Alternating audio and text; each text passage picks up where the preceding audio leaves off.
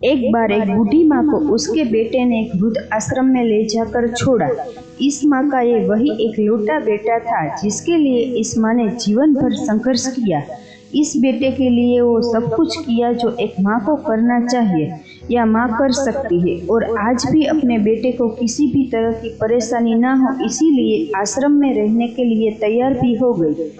वृद्ध आश्रम में रह रही माँ हमेशा अपने बेटे को याद करती, मगर बेटा केवल साल में एक ही बार उसको मिलने जाया करता था और फोन पर ही बात कर लेता था। वृद्ध आश्रम से बेटे को एक दिन फोन आया।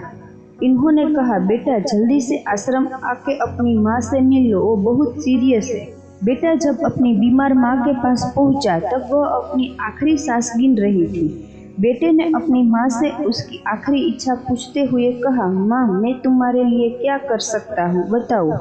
माँ ने कहा, बेटा इस आश्रम में गर्मी और मच्छर बहुत ज्यादा है, यहाँ पर कुछ पंखे लगवा देना।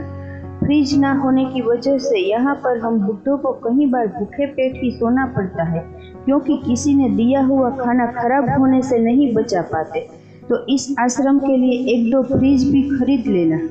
बेटे ने अपनी माँ की सारी बात सुनी और अपनी माँ से पूछा, आपने इतने साल यहाँ पर निकाल दिए पर आपने कभी भी यह बातें मुझसे नहीं कही, और अब जब आपके पास टाइम नहीं बचा है तब आप यह सब कह रही है, ऐसा क्यों? माँ ने बेटे को जवाब देते हुए कहा, बेटा मैंने गर्मी, भूख और पीड़ा सहन कर ली, लेकिन मुझे पता है जब तेरे बच्चे तुझे यहाँ पर छोड़कर जाएंगे तब तू यह सहन नहीं कर पाएगा, इसीलिए तेरी सुविधा के लिए मैं तुम्हें यह सब लगाने के लिए कह रही हूँ।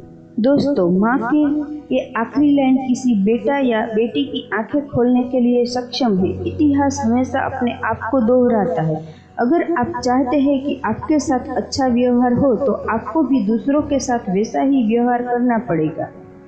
दोस्तों, आपको यह कहानी पसंद आई हो तो वीडियो को लाइक करें, शेयर करें और चैनल पे नए हो तो चैनल को सब्सक्राइब करें।